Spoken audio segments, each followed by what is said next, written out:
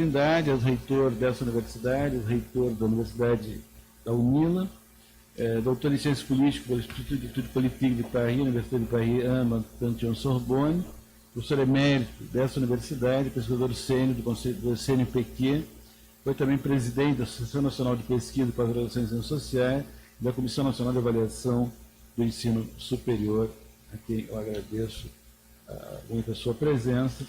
É autor de uma vasta obra, recentemente premiado com o Prêmio Jabuti pelo seu último livro. A professora Lorena Rosman, que é graduada em Ciências Sociais, mestre em Sociologia por essa universidade, doutora em Sociologia pela USP, é professora titular dessa universidade, tem trabalhado na área de Sociologia do Trabalho, Sociologia do Gênero e Economia Solidária, que eu agradeço muito a sua presença. E, finalmente, a professora Lígia Madeira, que é coordenadora do Programa de Pós-Graduação em Políticas Públicas dessa universidade, professora de pós-graduação dessa universidade, é doutora em Sociologia pela URGS, graduada pela URGS, e também em Direito pela PUC, também com mestrado pela URGS.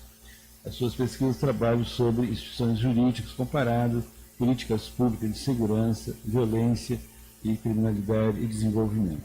Muito obrigado. Então, começamos com o professor Elvio Trindade. Bom, primeiramente, eu queria agradecer mais uma vez o convite.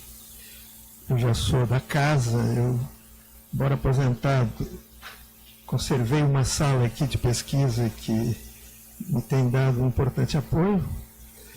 Queria, portanto, agradecer ao diretor, o professor José Vicente Tavares dos Santos, e as minhas ilustres colegas, a professora Lígia Madeira e a professora Lorena Rosman, que foi a primeira doutora, aliás, mestre na época, do nosso programa de Política e Sociologia, do qual eu era coordenador. Portanto, nós representamos um pouco um período da URGS, que nós vamos ver que é um pouco diferente do de hoje, e, ao mesmo tempo, estamos vivos aí, porque tem muito por fazer no futuro, especialmente em torno desse tema aqui que eu estou querendo falar. Eu fiz para facilitar apenas a sequência de vocês em termos de subdivisão do que eu pretendo falar, que no fundo é uma fala, é um comentário, mais do que uma palestra. Nós estamos aqui num painel para discutir com vocês essa complexa problemática. Eu coloquei ali nos dois lados aqui, não sei se dá para se ver lá no fundo. Eu vou dividir o meu tema em três partes. A primeira eu chamei de crise democrática e despolitização nos países de democracia consolidada. Segundo, a situação da América Latina, desconfiança política e busca de novos caminhos. E, finalmente, conclusão, um caminho possível. Eu até botaria uma interrogação, porque eu não estou aqui para dar lições para ninguém. Bom, então, dito isso, eu começaria dizendo que a minha fala pretende destacar duas dimensões da relação entre política e resignação. Primeiro, num contexto mais amplo, analisando a problemática numa perspectiva internacional. Muitas vezes nós caímos na tentação de achar que aquilo que nós estamos vivendo no Brasil é típico do Brasil, da atual conjuntura, e a gente esquece de comparar outros países da América Latina e, sobretudo, países tidos como de democracia consolidada. E a segunda parte, eu pretendo focar a situação latino-americana com ênfase no caso brasileiro. Portanto, trata-se, pelo tempo que eu disponho, acho que são 15 minutos, de alguns comentários para tentar melhor compreender essa complexa problemática feita na perspectiva de um analista político atualmente pluridisciplinar. eu de tanto pesquisar antropólogo, sociólogo, cientista político, eu acabei, na minha cabeça, extrapolando os limites da disciplinaridade em ciências sociais. Eu aprendi muito com todos eles. Portanto, por isso que eu me auto-intitulo analista político pluridisciplinar. Concorda? Bom, primeiro tema, então, crise democrática e despolitização dos países de democracia consolidada. Vou começar com uma experiência pessoal, que sempre, às vezes, é mais eloquente de que citar um livro, dizer uma frase sobre o tema. Quando eu fui para a França, em 65, para fazer o meu doutorado, logo após o golpe militar, com a cabeça totalmente impregnada de análises de esquerda, a nossa militância na política estudantil, durante a universidade aqui no Rio Grande do Sul, eu me lembro, e sobretudo com uma ideia que era uma ideia força naquela época, que era o estudo sobre a realidade brasileira. Todos nós falávamos sobre a realidade brasileira. Esse é um tema que depois eu vi que não era apenas brasileiro, ele era também latino-americano. Falar da realidade brasileira é falar de uma abstração, um construto que nós fazíamos, onde nós colocávamos todas as variáveis que nós considerávamos críticas para conhecer melhor o Brasil, e aí nós transformávamos isso numa espécie de verdade científica. É só uma experiência no exterior que permite, respeitando as diferentes opções e as tradições políticas de cada um, que a gente desconstrua progressivamente muitas das coisas que a comparação com o país onde a gente está permite que se desconstrua, para depois, no final de todos os estudos, a gente reconstrói um outro tipo de imaginário, um outro tipo de compreensão, a gente poderia chamar de científico, acadêmico, que vai substituir esse reducionismo da análise da realidade brasileira, que todos nós estamos altamente convencidos. Então, imagine eu chegando em Paris, com essa cabeça, para estudar ciência política, e qual foi a minha primeira surpresa? O país da Revolução Francesa, marcado por intelectuais críticos e uma forte tradição histórica e ideológica de esquerda à direita, porque brilhantes escritores e ideólogos de direita e esquerda existiram, da França, embora os franceses tenham resistido até uns 20 anos atrás, de que poderia ter havido fascismo na França. Até que um professor de Jerusalém fez um belo trabalho sobre o século XIX francês e descobriu que a origem do fascismo está na França. Ele não só produziu o fascismo através de movimentos depois, mas ele está na origem da própria ideia de fascismo, mas isso eu não vou me aprofundar, porque eu trabalhei muito nisso na minha tese de doutorado. Então, nesse país, com intelectuais críticos, com tradição histórica e ideológica de esquerda, o primeiro livro que eu me defronto numa vitrine de livraria chamava-se A Despolitização. La Depolitização. Eu digo, que susto. E o livro era da instituição onde eu ia estudar. Eu digo, alguma coisa tem errado. Será que essa defasagem entre a França, que eu tanto li, autores e coisa e tal, é tão grande que hoje, em 1965, se discute num colóquio entre os cientistas sociais e alguns convidados estrangeiros a despolitização? Bom, eu dizendo isso, eu quero dizer para vocês que o Brasil não inventou esta problemática hoje, ela já existiu em outras épocas, e isto também ocorreu e continua ocorrendo nos países desenvolvidos. Então, isso é uma primeira tentativa de nós nos livrarmos da temerização, não é, e do fora termine a todo momento, sem tentar compreender essa problemática com uma certa perspectiva nacional e comparativo.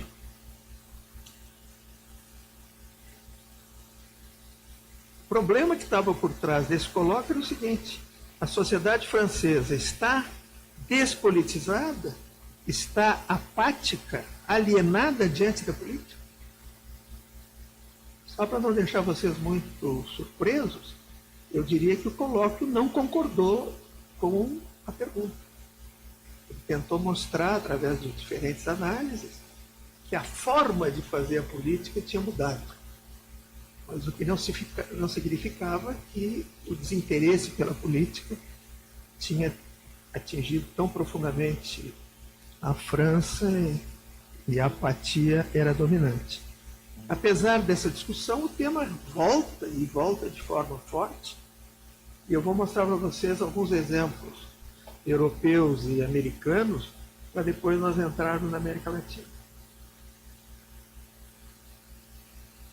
Então, olhando outros livros, e aí eu comecei a me interessar por pesquisas de opinião francesas, internacionais, e se constatava uma coisa que, para um brasileiro que também imaginava que no Brasil, especialmente Porto Alegre, Rio Grande do Sul, a zona mais politizada do Brasil, que nós aqui estávamos anos à frente na resistência ao golpe com gente muito mal politizada. A Lorena participou de uma pesquisa que nós fizemos aqui na URGS em 1966. Nós constatamos que, em média, a população de Porto Alegre se interessava muito por política, na ordem de 10%. Então vocês veem por isso que nós não estávamos... Ei? Pois é. Vamos depois discutir se é bom ou não é bom, mas enfim. Como é que é? Me interessa muito. Como? O interesse? Ah, de jeito aí. Nós estamos também discutindo o oposto. Hã? Não. 10% em estudos empíricos feitos nos Estados Unidos e na Europa. Foi para mim outra surpresa. Então, mas esta que é a realidade. A média é 10% de muito interesse. Quando faz uma escala de que os americanos chamam de politização, mas que não tem o sentido que tem no Brasil, que seria a relação com a política, muito interesse pela política é mais baixo. E depois vem outros níveis. E outros níveis mais baixos, quando a gente procura saber se as pessoas votaram, se as pessoas participaram de um comício, se as pessoas assinaram um manifesto, enfim. E aí vai diminuindo cada vez mais. Então, a realidade também era, mesmo num período pós-ditadura, com a população toda ainda aquecida pela surpresa e pela disposição à resistência, sobretudo em Porto Alegre, que era uma cidade dominada pelo PTB, que tinha hegemonia não só em Porto Alegre, mas em muitos municípios do Brasil. Isso realmente. E o que mais nos surpreendeu é que o nível de legitimidade do regime militar e do governo militar era bem maior do que nossa cabeça supunha. Bom, eles podem não se interessar muito agora. Considerar que esse governo é legítimo, que este regime é desejável, no que está respondendo a não sei que tipo de necessidade, a gente imaginava que ia ser baixíssimo.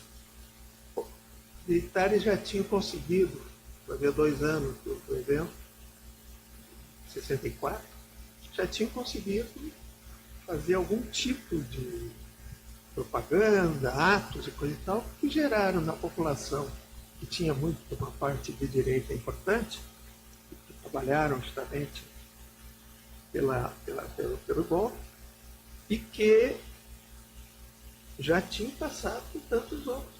Aliás, só para fechar um parênteses aqui, o grande papel desses regimes militares, além dos que nós todos conhecemos, da violência, da prisão, do desaparecimento, coisas do gênero, que foi mais na Argentina, né? O Agora mesmo julgaram um piloto que fez desaparecer umas 10 freiras francesas, jogou no mar. Esse era o método. Nós não chegamos a tanto, nós fizemos muita coisa também. Mas, de qualquer maneira, a nossa ditadura foi menos dura que a do Chile, da Argentina e mesmo a do Uruguai. E quando a gente pensa no caso chileno, e quem conheceu a sociedade chilena altamente mobilizada durante o governo Allende, e que também foi cortado pelo golpe militar do Pinochet, hein? Ah, não sabia? Ah, não vamos discutir isso agora, depois eu te explico na pergunta. Eu pensei que fosse Uruguai, me assustei. Bom, então, qual era o grande papel da ditadura? Era desconstruir aquela estruturação política que no Chile era a mais avançada da América Latina. O Chile é um país que, desde o Partido Comunista, o Partido Socialista, até os democratas cristãos e a direita, toda ela é ideológica. Por isso que foi muito difícil fazer um acordo entre as elites chilenas para chegar ao fim do golpe do Pinochet, porque grupos políticos que tenham separações ideologicamente estruturadas não fazem acordo abandonando completamente os seus princípios. Bom, continuando, então eu diria que uma dessas pesquisas, eu me lembro de um operário que foi perguntado, num dos resultados de pesquisa que eu li, e perguntaram para um operário: o que é a política para você? E ele respondeu: a política é o meu bife. Ponto final. Bom, aí nós vamos descobrir coisa que ninguém tinha descoberto até então, uma visão idealizada da esquerda, que nós vamos ter voto operário de direita. O operariado se cindiu também durante a social-democracia e votavam para a direita como votavam para a esquerda, mas voto de direita operária é uma coisa que era mais ou menos rara. Bom,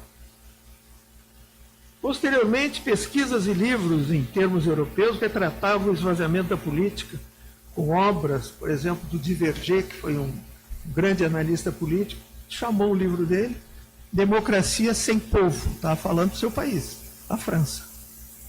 Quer dizer, um país democrático, a pessoa chamar Democracia Sem Povo, está dizendo alguma coisa que não é muito compatível com a imagem que se tem dessas democracias maduras. Os temas, alienação política, desinteresse pela política nas democracias, detectaram fenômenos que se manifestavam também em outras democracias maduras, como nos Estados Unidos. Estudos sobre politização que eu falei revelaram dados semelhantes ao da Europa e da América Latina, como nós veremos, e na Europa Ocidental. Inclusive, alguns autores americanos e europeus analisaram, após a Segunda Guerra Mundial, durante a hegemonia das experiências mais avançadas de social-democracia, primeiro nos países nórdicos, Suécia, etc., etc. Depois, na Europa continental, a República Federal da Alemanha, talvez tenha sido a mais sólida experiência durante vários anos. E, neste período, justamente, alguns autores europeus, e sobretudo um americano, que foi o arauto dessa ideia, se falava no fim das ideologias. As ideologias vão desaparecer. A social-democracia conseguiu criar um equilíbrio entre capital e trabalho, rompendo o risco da pauperização prevista por Marx, e com isso se imaginava que a mediação do estado de bem-estar era capaz de levar as ideologias a desaparecerem. Não tinha mais conflito para gerar ideologia. E sem esquecer aquele livro apocalíptico, né, de 89, o primeiro foi de 1960, do Daniel Bell. E o segundo é do Fukuyama, né, que falou em 89 do fim da história. Ou seja, a falsa profecia conservadora do fim da capacidade das sociedades produzirem processos históricos de mudança. Acabou. Não vai ter mais mudança. Não precisa de ideologia e a história acabou. Bom, isso evidentemente foi o paroxismo dessas teorizações. Bom, porém, com a eclosão dos movimentos estudantis em 68, a história venceu a teoria do fim das ideologias e da história e implodiu a visão conservadora sob o impacto dos movimentos estudantis 68, em Paris, Berlim, Berkeley e outros países, e também com os movimentos anti-guerra do Vietnã. Aí nós vamos viver nos Estados Unidos, na Europa, um período de alta politização, de alta ideologização. Eu me lembro de conversar com o Flávio Kutz, sentado na frente da Faculdade de Direito e olhando para a livraria que ele tinha na frente, o que representava a explosão de maio de 68 e a proliferação de ideologias que estavam submersas e que explodiram às dezenas. Então era o antifim das ideologias, como eu estava falando antes. Bom, finalmente vai fechar esse ciclo social-democrático, que foi bem sucedido, sobretudo na fase inicial, com as experiências que eu chamaria de tardias de social-democracia. Por exemplo, a França de Mitterrand, 1981. A Espanha de Felipe González, 1981. Essas são as últimas experiências de social-democracia, que já não tinha a vitalidade e o vigor das experiências anteriores, mas ambas duraram de 81 a 96. E como último longo suspiro, assim, com sabor de fado, foi Portugal, com Mário Soares, que foi o último líder social-democrata. Ele entra no poder em 86, mas termina em 98. Então, depois de 98, acabaram as experiências social-democráticas. Bom, após essa fase, como em todos os países, nessa espécie de ciclo,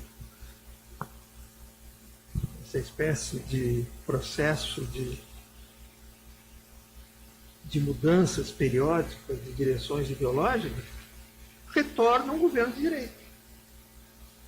Então, se nós formos para a França e para outros países, nós vamos ver que o movimento de direita e os governos de direita reconquistam o poder. E depois, aquilo que vai ser politizado também, que vai assustar muito a Europa e vai gerar uma certa politização reativa, e foi o desenvolvimento que se chamou na Europa de populismo.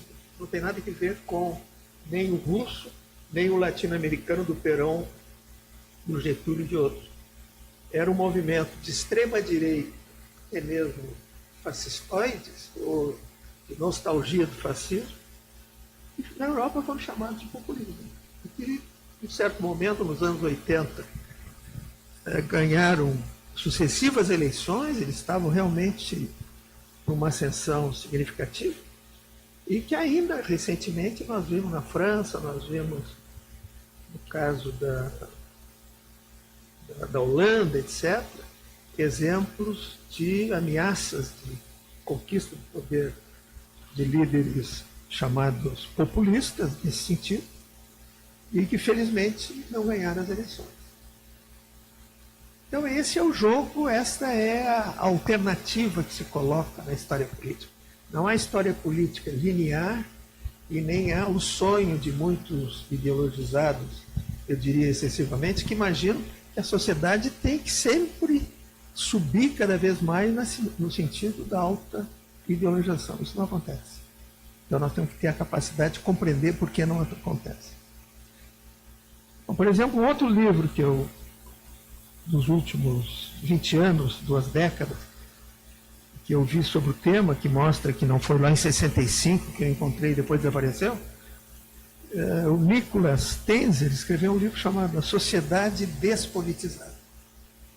É um livro de uma riqueza de detalhes da discussão desse assunto, sobretudo na França, que é espantoso. E aí ele faz uma análise abrangente, não só da declinante valorização das democracias formais, O regime é democrático, formalmente, mas a prática e a história da relação entre o cidadão e a democracia é outro problema. E como ele vê como sério do problema, que seria a perda por parte dos cidadãos, vê até onde vai isso, do vínculo político com os governos e com o próprio Estado. Não está se discutindo se as pessoas são ideológicas, se estão mobilizadas, se há movimento. Não, está se discutindo que nessas sociedades o vínculo político está desaparecendo com os governos e com o Estado. Então você vê a gravidade da situação da França vista através desse livro. E seu capítulo Estado e Sociedade Civil, ele analisa como se passa da crítica do Estado à crítica da política. Começam criticando o Estado e depois criticam a política enquanto tal. E pergunta, a sociedade civil pode ser não política? Essa é uma pergunta feita por um francês há 10 ou 15 anos atrás. Para vocês verem a profundidade dessa problemática. Está respingando em vários lugares. E, finalmente, a sua análise prossegue com a discussão sobre a ruptura do vínculo político na sociedade francesa. E ele se pergunta, uma última pergunta, a política é uma arte inútil? E se a sociedade pode estar fora da política? Bom, então com isso encerro essa parte sobre os países envolvidos. Eu vou rapidamente entrar na situação da América Latina. O tema que se aproxima do título, que é a desconfiança política e a busca de novos caminhos. Eu gostaria de dizer que na América Latina, claro que eu estou fazendo uma análise geral, salvo conjunturas específicas de alta mobilização e ideologização, por exemplo, após a Revolução Cubana e seu impacto em todo o continente, foi um período de alta politização. Eu chamava uma conferência na PUC, do Salão de Atos, para falar sobre a Revolução Cubana, enchia, não só de estudantes, de professores, de pessoas interessadas na sociedade, inclusive de padre e de freira, que estavam todos com a cabeça impregnada de ideologia e de expectativas com relação àquilo que o Fidel chamava de o farol da América, que era a pequena Cuba, vista toda a América Latina e percebida por nós, e quando eu digo nós, eu me incluo, de que era impossível que esta revolução que conseguiu se instalar na América Latina como um regime socialista, no início, vamos dizer, pluralista, e que depois virou marxista-leninista, que isto necessariamente iria se reproduzir na maioria dos países. Em todos os países, a esquerda teve um crescimento, eu diria, altamente dominante. Todo mundo era de esquerda, nas suas diferentes variantes. E todos imaginavam como é que eu me meto nesse processo quando chegar no Brasil, quando chegar na Argentina, quando chegar no Chile. Só que nós esquecemos que o nosso amigo do Norte estava preparado para impedir e fazer várias coisas se isso ocorresse. Mas, de qualquer maneira, na percepção dos jovens, dos militantes, era de que isso era inevitável. Agora, esse é um período excepcionalíssimo. Talvez tenha sido o mais longo de todos. Agora mesmo, o Che Guevara recebeu o título da Unesco, não sei se qual é, mas ele é uma figura que virou uma entidade, né? Bom, e a resposta nós sabemos qual foi, né? Foi os golpes militares de 64, que estão no Cone Sul.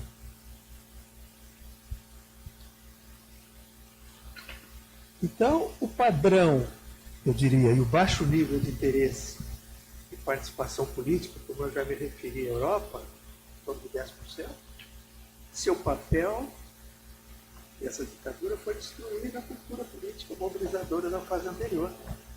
Eu não vou aprofundar, porque se mobilizaria longe. Bom, outros períodos excepcionais de alta politização no passado, eu diria, o primeiro deles, muito antes da Revolução Cubana, foi a Revolução Mexicana. Nenhum país da América Latina fez uma revolução social como o México. Então isso realmente foi uma coisa excepcional. Claro que houve grandes divisões, e o México, para poder manter essa hegemonia, criou um partido dominante que se chama Partido Revolucionário Institucional. É uma coisa meio contraditória, uma coisa revolucionária ser institucional. Mas, enfim, eles fizeram, na década de 30, estava viva a questão de ideias, institucionalizar e mantiveram o controle do poder praticamente até os anos 70. Outro período, o populismo peronista, de 46 a 55, e depois o retorno do Perón em 74. Foram períodos na Argentina de alta politização, populista e depois de esquerda, na volta do Perón. No Brasil, o segundo governo Vargas, quando ele volta em 50, fazendo a maior votação que o Brasil tinha tido, ele que tinha sido derrubado em 45, no final do Estado Novo, ele aí não vai brincar de autoritário ou ditador, como muitos o acusavam, mas vai ser um chefe nacionalista, populista e mobilizador. E aí vem o período da Petrobras, essas grandes conquistas que foram feitas e que estão sendo desmanchadas pouco a pouco agora, né? Fernando Henrique, que foi um dos mais pretensiosos, desafiantes de Getúlio, disse: o meu governo vai ser anti-Vargas. Eu quero mostrar que se pode fazer o contrário do Vargas. Ele está até hoje dizendo bobagem, apresentando o Huck como candidato à presidência da República, e não conseguiu desmantelar o governo Vargas. Nós estamos vendo agora o Temer destruindo a consolidação das leis do trabalho, problema de conquista dos trabalhadores, enfim, não vamos entrar nesse capítulo agora, mas de qualquer maneira, a resistência desse processo foi enorme. Agora, nesse período, houve alta politização, como houve alta politização pela posse do João Goulart. O Rio Grande do Sul foi o grande centro da mais alta mobilização que eu conhecia até então. Eu era ainda muito jovem estudante. E o movimento da legalidade em 61. O Brizola controlou as rádios, ocupou o palácio que era dele, encheu a brigada para se defender dos aviões de Canoas que estavam ordenados a bombardear o palácio, até o momento em que essa mobilização foi tão séria que o comandante do 3º Exército, que pegava Rio Grande do Sul, Santa Catarina e Paraná, ele vai ao Palácio Piratini, o povo na rua dizendo: ele prende o Brizola, ele adere. Depois de meia hora de alta tensão, aparece o Brizola, o comandante, abraçado, dizendo que ele aderia. Portanto, ele rompia com a unidade do Exército Nacional, que não queria aceitar a posse do Goulart. Aí o Goulart assume, e o governo dele, com a luta pelas reformas, inclusive pela reforma universitária, vai ser um período também de grande mobilização. 61, 62, a famosa greve universitária do terço, 61, 62. E a loucura do Mourão, ex-integralista, ex-fascista, que queria derrubar o exército sobre o comício de março, né? De 13 de março, onde estava reunida toda a classe operária, etc, etc. Ele queria jogar a tropa em cima. Tal era a raiva dos militares, e os outros estavam aqui negociando quem é que tem mais força, São Paulo, o Rio. Eles não queriam morrer, não queriam fazer guerra, eles queriam fazer um acordão e tomar o poder. Mas aí o maluco desse cara resolve sair de Minas, não deixaram ele sair no dia do comício, ele foi depois, e aí ele coloca o fato da eclosão da Revolução como irreversível, e aí todo mundo entra na coisa. Bom,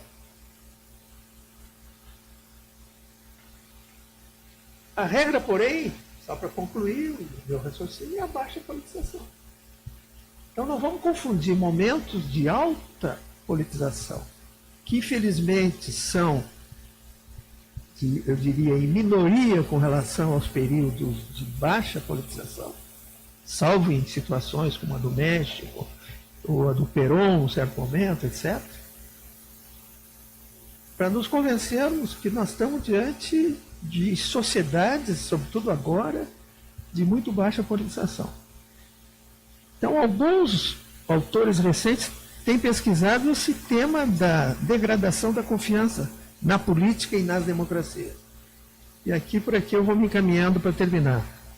Se vocês olharem na internet, interessante informe do Latino Barômetro de 2017, que vem fazendo isso há vários anos, e que tem uma amostra de 20 mil entrevistas em 18 países, que tem 20 mil entrevistas, com uma amostra, juntando as populações desse país, de 600 milhões de habitantes.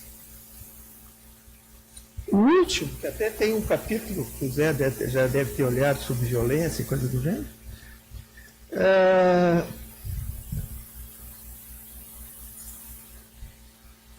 a primeira coisa que aparece, que é um grande paradoxo, poderia ser para nós, não é isso.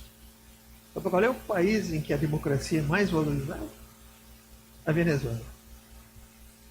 Bom, então, não tem mais nada. Se é um país que está sendo questionado por um governo que é assim lançado, se a oposição também tem tais características e coisa e tal, mas que está havendo um confronto, claro que essa sociedade está vivendo um momento de politização, seja numa direção ou outra. Então isso permite que se compreenda que a Venezuela é o país que mais valoriza o termo democracia. Mais de 70% da população valoriza o termo democracia. O mais democrata dos países da América Latina, que é o Uruguai, chega 2 pontos abaixo, 70%. E a Venezuela, 72%. Mas se a gente deixar esse paradoxo, que se explica por uma situação de conflito excepcional e não concluído, eu diria que no conjunto do continente, o conjunto da crise política, econômica e social e a relação com a confiança nas democracias seria semelhante à metáfora que eles usam para explicar a América Latina como um todo, tirando a excepcionalidade da Venezuela e o caso do Uruguai, que tem realmente um país com uma tradição democrática extremamente sólida, embora tenha passado por uma ditadura junto com as outras na década de 70, 80. Ele diz o seguinte: olha, se a gente olha a América Latina como um todo, todos esses dados aqui sobre democracia, confiança na democracia, eu diria, quem está dizendo não é qualquer pessoa, é a Marta Lagos, que é uma cientista social reconhecida, acho que ela é filha do Ricardo Lagos, não? Que foi ex-presidente da República do Chile, que é uma figura importante das ciências sociais. Ela diz assim: a sensação que nós temos ao avaliar essa relação entre os cidadãos e a democracia, e o desencanto pela democracia, a despolitização, é que a América Latina está sofrendo uma doença invisível. E ele cita o exemplo como a diabetes, que progressivamente está deteriorando o organismo, os sistemas políticos da região. Quer dizer, ninguém já está mais enxergando que esse negócio está corroendo por baixo tudo. E que o resultado certamente não será muito auspicioso, salvo se houver uma mudança. Bom, finalmente, há um recente livro que eu acho que nos últimos 2 anos, do José Álvaro Moisés e a Raquel Meneghel, professores da USP e da Unicamp, que tem um título já sugestivo. Vocês podem ler esse livro que está aí nas livrarias. A desconfiança na política e seus impactos na qualidade da democracia. Os caras entraram direto no tema. E aí o caso brasileiro é abordado, tem alguns instigantes capítulos que eu não vou detalhar, mas só mencioná-lo já indica isso. Por exemplo, os efeitos da desconfiança política para a legitimidade democrática. É um capítulo inteiro sobre isso. Relação direta. O segundo, cidadania, confiança política e instituições democráticas. O terceiro capítulo, entre outros, mais de 15, o significado da democracia segundo os brasileiros. Uma pesquisa que pergunta para os brasileiros o que é para eles democracia. E por que, um outro interessantíssimo, por que os brasileiros desconfiam da política? Porque isso está em torno da nossa problemática. E, finalmente, um que eu queria destacar, mas que está lá, diz assim, a educação brasileira e seus recursos políticos decrescentes. Eu quero destacar esse aspecto, porque nós estamos aqui no ambiente acadêmico e nós temos que pensar em qualquer tentativa de reversão dessa situação a partir do lugar onde nós estamos vivendo 24 horas por dia, que é a universidade. Então eu não tenho a pretensão, eu, Zé, ao final desses breves comentários, responder a ambiciosa pergunta de Lênin, o que fazer? Que já é centenário. Eu destacaria apenas no âmbito da universidade o que a sua comunidade universitária poderia contribuir para retomar a valorização da política e o seu impacto sobre a sociedade. Ninguém desconhece, eu não vou abordar isso em profundidade, mas eu vou dar 2 elementos para justificar o meu argumento. Ninguém desconhece que nos estudos internacionais sobre universidades, enfatiza-se que elas têm uma dupla missão. A primeira, de formar quadros acadêmicos, profissionais, científicos, para a sociedade. E, ao mesmo tempo, durante esse processo de formação, aí vem o segundo aspecto, desenvolver a consciência crítica da sociedade, como, aliás, está previsto no nosso estatuto, no artigo 2 do nosso estatuto, que está lá na frente da reitoria, em aquela pedra negra de fazer túmulo, granito, colocado pela uma ex-reitora, que botou esse texto da nossa reforma da universidade que está em vigor. Ninguém se lembra, nem a reitoria, muito menos os professores, os alunos, ninguém sabe disso, mas o que está escrito ali, numa reforma que foi feita no momento de eleição direta e de politização dentro dessa universidade, e que eu tive a honra de presidir, o artigo 2º, o texto é o seguinte: a URGS, como universidade pública, é expressão da sociedade democrática, e nós estávamos superando o estatuto feito pela ditadura na nossa universidade, que foi seguida obedientemente por grande parte da nossa comunidade da época, que não quis contestar esse período. Então, é a expressão da sociedade democrática e pluricultural, inspirada nos ideais de liberdade, de respeito pela diferença e de solidariedade, constituindo-se, olha a importância disso,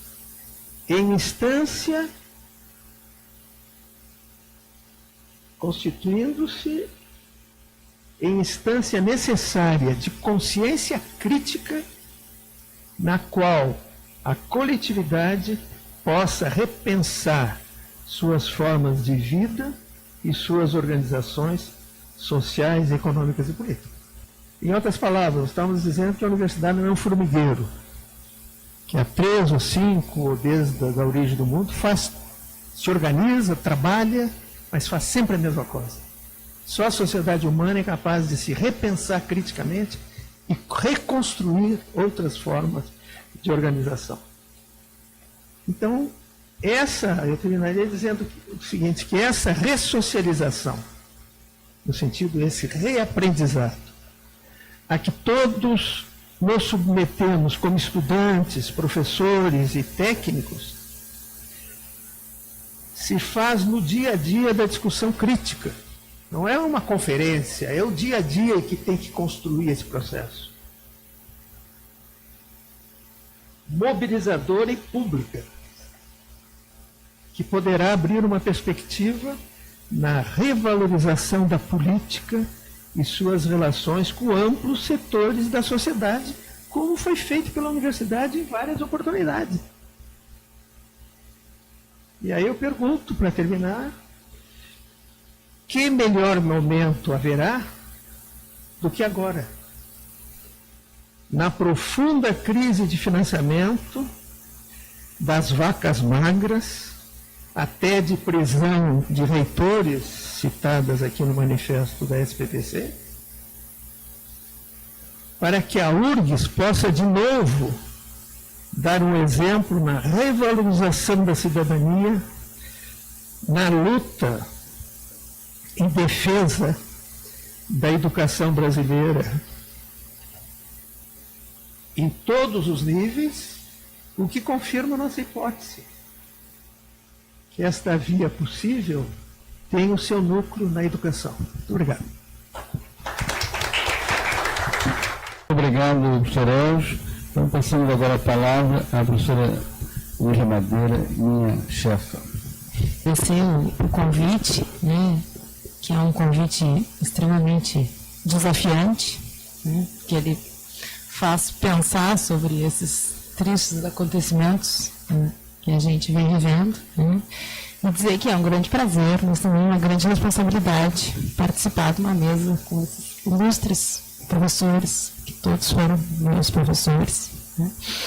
E eu não poderia deixar de pensar aqui nessa mesa, né, cuja proposta é da resignação à política, deixar de olhar para as instituições de justiça, né, e para o lugar que essas instituições assumiram, né, nessa que é uma crise da política.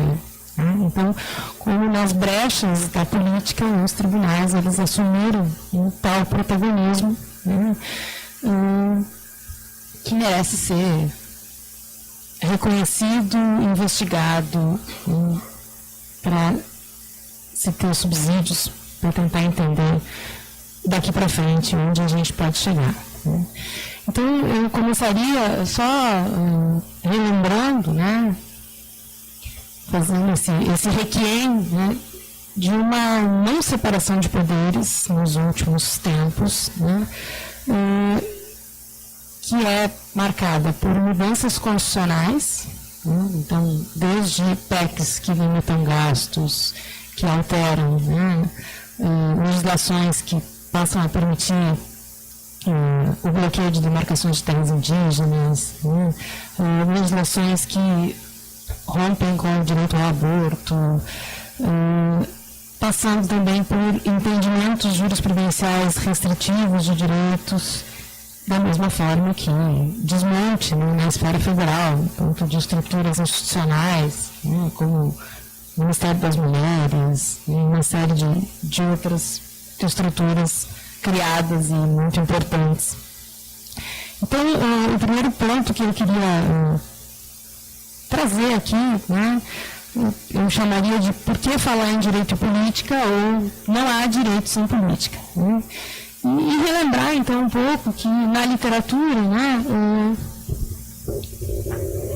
a refundação do judiciário, ela se dá na criação dos Estados liberais, a partir das duas grandes tradições de modelos constitucionais, né? A experiência francesa, mais republicana do que liberal, né? Que o professor Elgio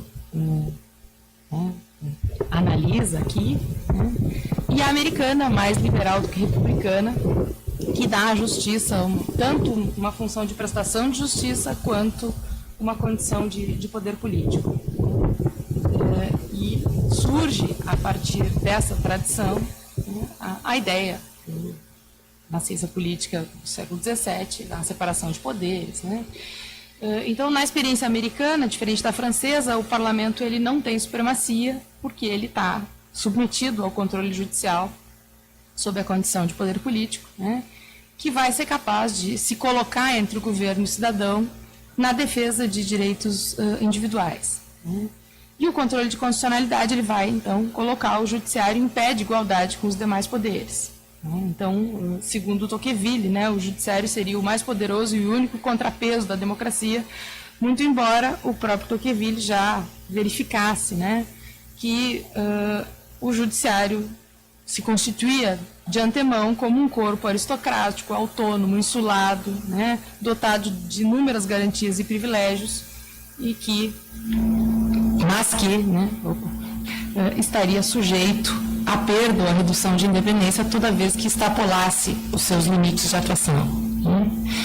Então, a expansão do judiciário ao longo do século XX vai revelar essas trajetórias comuns nos países, né, apesar de tempos distintos, e a história americana vai servir de modelo a uma série de atuações de Supremas Cortes que ao redor do mundo vão passar a ampliar direitos civis, direitos sociais, né, da mesma forma em que a criação das Cortes Constitucionais na Europa, com um modelo concentrado de controle de constitucionalidade, vai marcar também politização, coincidindo com os movimentos de crise do welfare state nesses países. Né?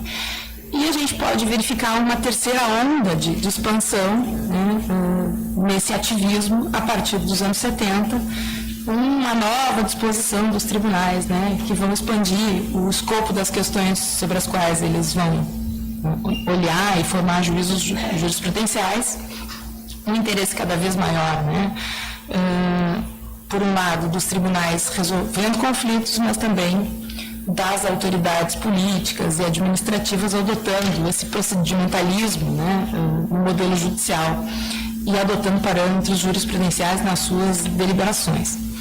O que me parece interessante é que essa expansão do poder judicial, ela é vista como tendo causas, né, algumas características. A primeira delas é a democracia. Né? A expansão judicial ela depende da democracia, ela depende da separação de poderes, ela depende de estados com política de direitos e competição política, e ela geralmente costuma, né, aparecer em sistemas de governo com coalizão, partidos fracos, suporte público fraco, né, que acaba por delegar às cortes esse poder, né, de decisão sobre as políticas públicas. Né? Então, o poder judiciário, né, ele, especialmente para a ciência política americana, né, que é a sua grande defensora, ele seria capaz, né, de atender às promessas descumpridas pelos demais agentes estatais. Né, ele teria a função de guardião da democracia, né, e ele também foi visto como um fenômeno positivo por uma série de autores, dentre eles o Habermas, né, que apontava que o uso do direito como um instrumento de democratização, né, poderia ser possível em meio a esferas econômicas e políticas colonizadas, essa mesma linha de entendimento que foi adotada por autores da ciência política brasileira, como Werner Vian, né, que também sustentaram possibilidades de ganho desse empoderamento das cortes durante a terceira onda de democratização na América Latina, né, e no Brasil.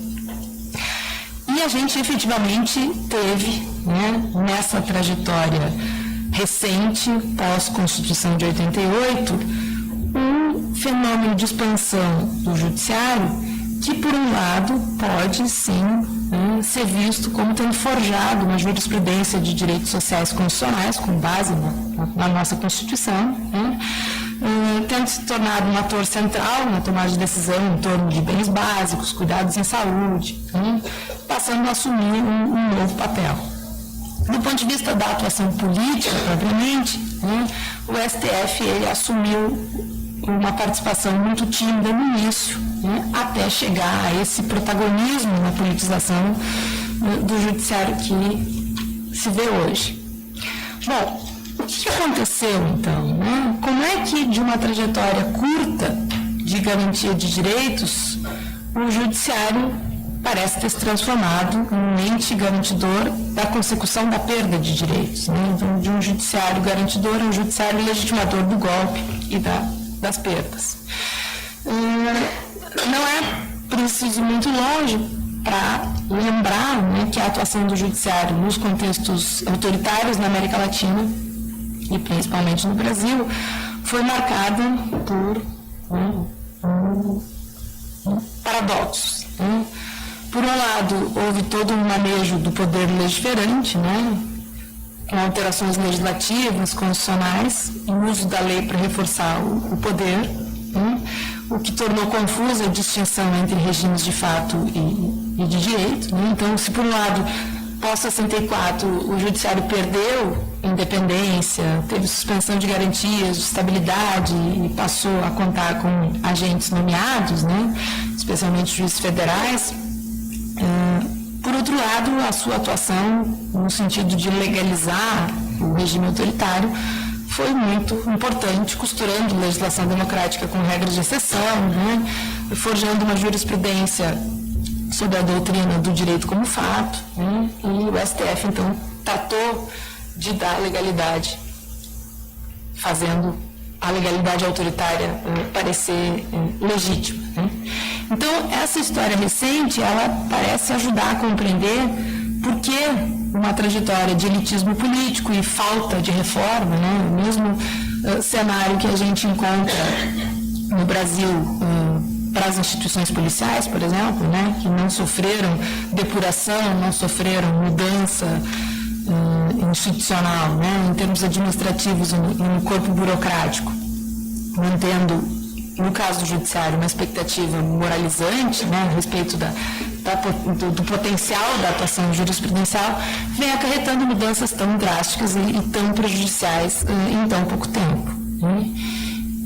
E esse comportamento, ele não se restringe ao judiciário em si, né, mas ele extrapola nas chamadas novas instituições, né, que também são oriundas desse empoderamento constitucional e que se utilizam, né, da mesma ideia de hipossuficiência da sociedade civil e da necessidade de um órgão que sustente as garantias, que é o caso, por exemplo, da criação, né, mas do grande protagonismo e empoderamento que o Ministério Público assumiu, primeiro com a Lei da Ação Civil Pública e depois na Constituição e posteriormente outras instituições como a Defensoria. Né? Então, a literatura em recrutamento de elites judiciais, ela mostra, né, quais são as consequências deste tipo de recrutamento, né, e que vai, né, minando possibilidades de manutenção de movimentos sociais, né, de defesa de grupos vulneráveis, e vai, sim, rumo à criminalização, né, e à defesa de grupos economicamente dominantes. Então, não se pode pensar na tradição, né, do Poder Judiciário sem olhar para essa hipótese, né, de uma relação histórica, teórica, ideológica com o processo de formação da sociedade brasileira. E aí, se a literatura americana, né, essa bastante otimista, né, em relação à autonomia e independência, como sendo capazes de manter o bem-estar humano, estabilizar regimes democráticos, proteger direitos humanos, né, ela, por um lado, ela mostraria, né, o potencial que as instituições judiciais teriam em contextos democráticos, num cenário de garantias institucionais duvidosas, como o que a gente vive hoje, né, há seguramente essa extrapolação dos limites de atuação, né, que não se dá mais em busca de democracia, mas numa clara perspectiva de governança, como já apontou um pesquisador que olhou para as relações entre o STF e o Executivo em períodos anteriores, mas que acho que poderia continuar ajudando a ilustrar a questão, né, nessa governança entre os dois poderes. Então, se em matéria de proteção a direitos sociais, né, a gente tem claras restrições, quando a gente vai olhar para o âmbito da justiça penal e os seus tradicionais ilegalismos, né, os estragos eles vão parecer ainda mais evidentes. Né? Seletividade penal, impunidade, usos distintos do direito e garantias dependendo das condições socioeconômicas de réus são bastante conhecidos dos estudiosos da área. Né? Só que as novidades residem justamente no uso, né, da celeridade para alguns e da morosidade para outros, de instrumentos novos que servem apenas para determinadas classes de réus, o caso do mercado da delação premiada, né? Conduções coercitivas com o espetáculo, né? Sem a intimação prévia dos acusados, né? Essa prática que foi criada para casos de resistência, mas que tem um uso indiscriminado, né? E que se volta contra as universidades.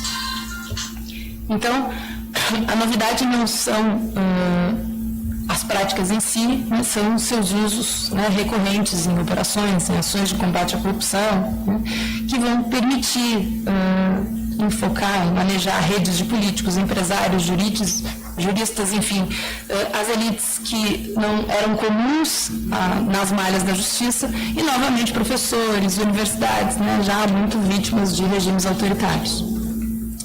Então, dito isso, qual é a importância da política? É fundamental a gente ter presente que a supremacia do poder judiciário, né, ela rompe com a capacidade de articulação da política. Mas de que política? Da articulação da política da sociedade civil. Né? Então, ao mesmo tempo, a criminalização da corrupção, né, ela poderia até se constituir uma estratégia de combate, né? Mas a partir do momento em que ela reside exclusivamente na esfera judicial, ela retira, né, a capacidade do controle público exercido pela sociedade civil. Né? Então, onde é que eu quero chegar com tudo isso? Na defesa de que um relacionamento equânime entre as instituições é claramente um resultado que só pode ser obtido num regime democrático. Né? Não vai haver manutenção de direitos num contexto de entrega dessa politização a atores não eleitos. Esses vão desempenhar um papel democrático e de acordo com princípios democráticos exclusivamente conquanto na esfera política haja liberdade de competição, resguardo dos princípios formais da poliarquia, né? Ou seja, na democracia. Então não há democracia fora da política, né? E é preciso lutar para restabelecer esse jogo competitivo com as regras claras, né? Para que os diferentes espectros estejam, né, legitimamente representados no parlamento, no executivo, né? De modo que a gente volte a ter separação de poderes e de modo que as elites, as elites que controlam cada um desses diferentes campos, elas possam estar em franca disputa, mas não em conluio. Então, a minha argumentação é nesse sentido. Muito obrigada. Passo a palavra ao professor Lavana Raio. Bom, assim. Boa tarde a todos. Quero agradecer ao professor José Vicente o convite que foi feito para participar desta mesa, que eu aceitei por um ato de, não de coragem, mas de qualquer outra coisa, pelo seguinte, falar sobre a questão da resignação e da despolitização, do processo de politização, na companhia de dois cientistas políticos, é uma coragem meio desavisada. Então, eu comecei a pensar o que eu poderia dizer, como que eu poderia fazer a minha manifestação, na medida em que o meu interesse pela política passa por uma apropriação mais sistemática de conhecimentos, de discussões, de teses e de posicionamentos.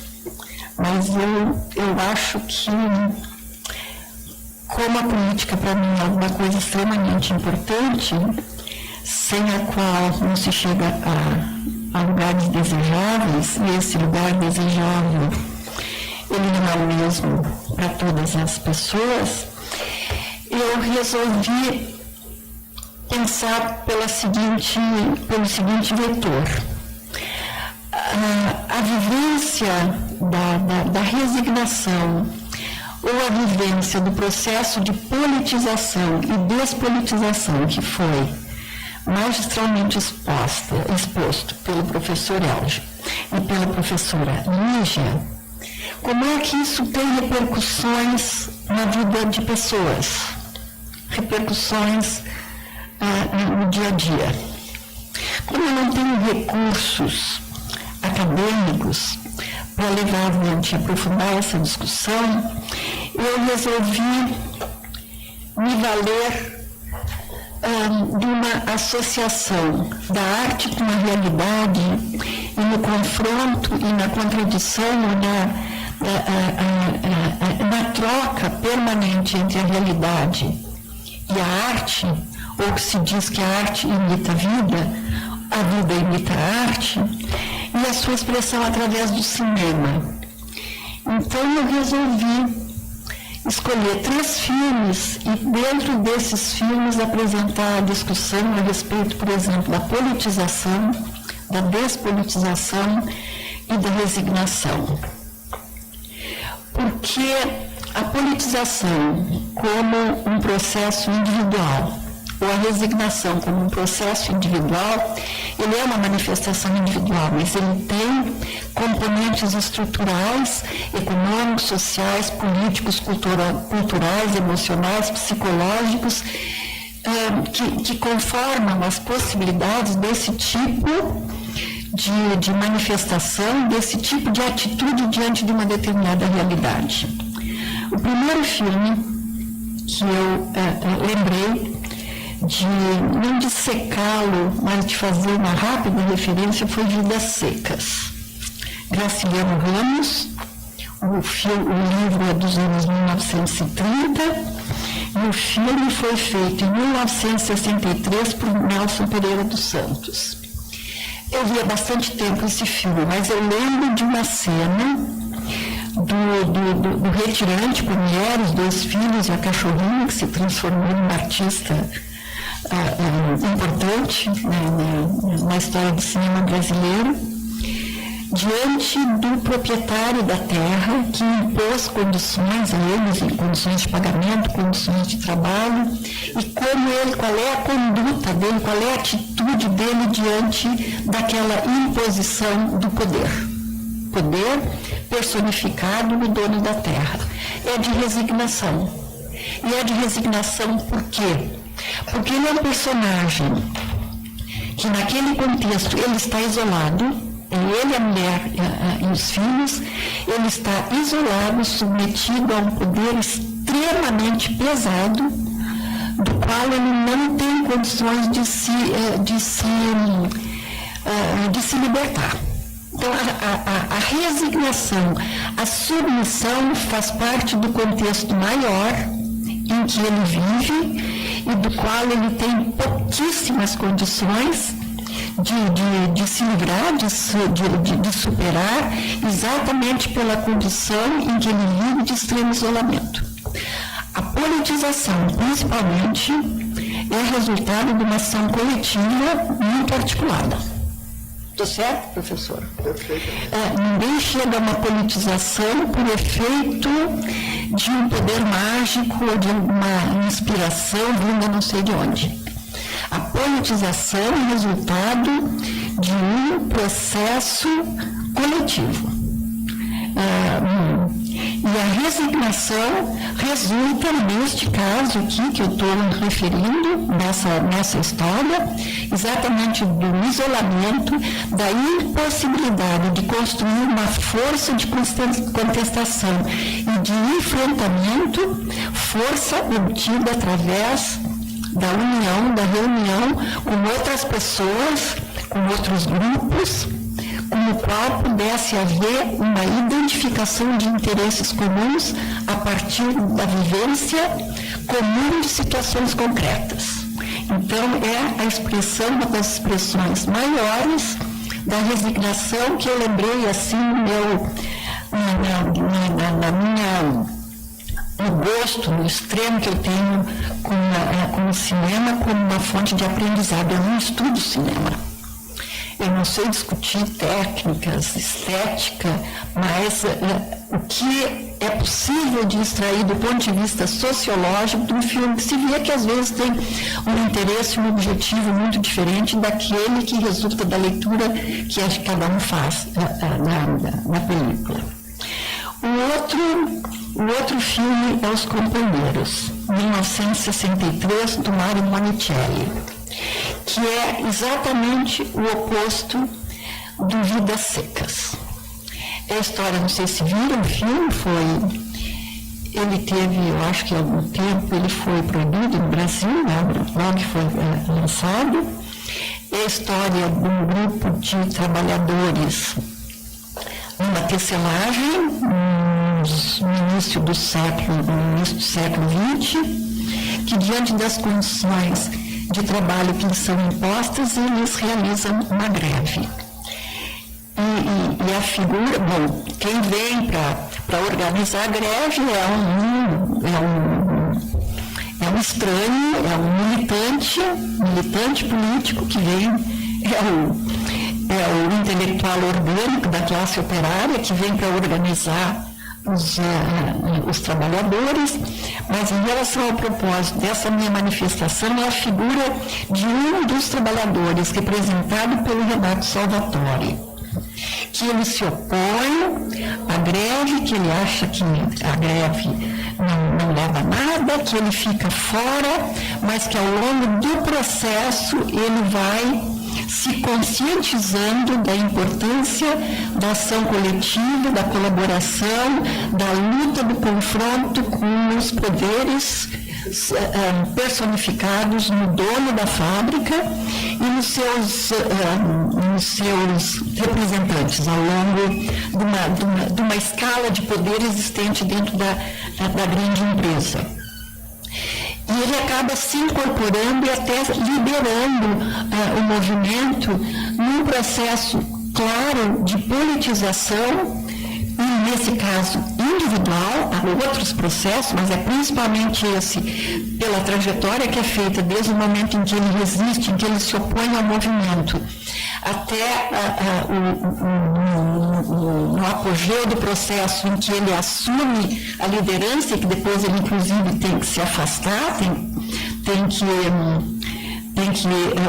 se manter escondido pela perseguição que é desencadeada sobre os grevistas, mas é exatamente a questão oposta do que acontece com o personagem de Vidas Secas, que é o seu processo de politização através de uma ação coletiva de construção de interesses idênticos em confronto com interesses que eram opostos aos próprios da classe trabalhadora. Então, acho que esse aqui é um exemplo do contexto, da ação, das atitudes, do confronto, enfim, da luta que leva a um processo de politização. O terceiro filme é Queimada, também de 1969, do Pontecorvo. Um grandíssimo filme para uma aula de política. Não sei, vou fazer um resumo resumidíssimo. É uma colônia portuguesa na América Central, na América Insular. É uma ilha fictícia, mas que tem muito de realidade, onde se cultivava cana-de-açúcar, uma região ambicionada pela Inglaterra. Então, a Inglaterra insufla uma revolta entre a população predominantemente negra para se opor à dominação portuguesa. É vencida a revolta e assumem os ingleses, mas a população local, os trabalhadores dos canaviais, eles estendem a luta contra a dominação inglesa. Então, eu acho que o próprio governo inglês, ou quem estava interessado no controle daquela situação, contrata um mercenário que vivia assim, nas docas de Londres para articular a oposição e para destruir aquela revolta dos nativos. Nem eram nativos, eram escravos africanos trazidos, portanto, eles não eram nativos. O mercenário é vivido pelo Marlon Brando. Então, o que é feito? Aquelas barbaridades que são feitas pelos colonizadores. Qualquer leitura rápida, por exemplo, o Joseph Conrad mostra os horrores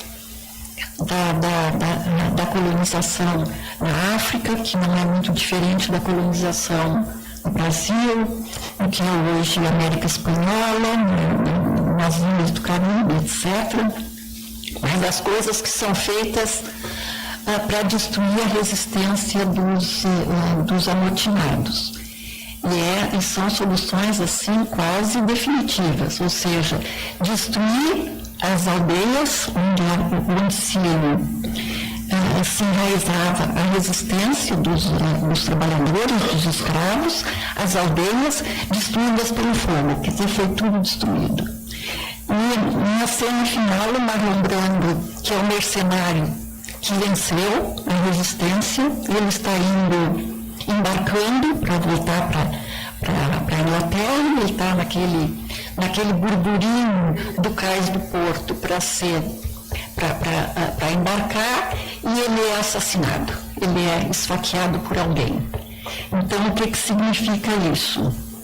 Aquela cena é mais ou menos como diz uma frase que é usada, inclusive em manifestações. Pode-se acabar com as flores, mas não se acaba com a primavera. Pode-se acabar com a resistência, mas não pode-se acabar com o desejo de liberdade. É mais ou menos esta a mensagem final. Aí,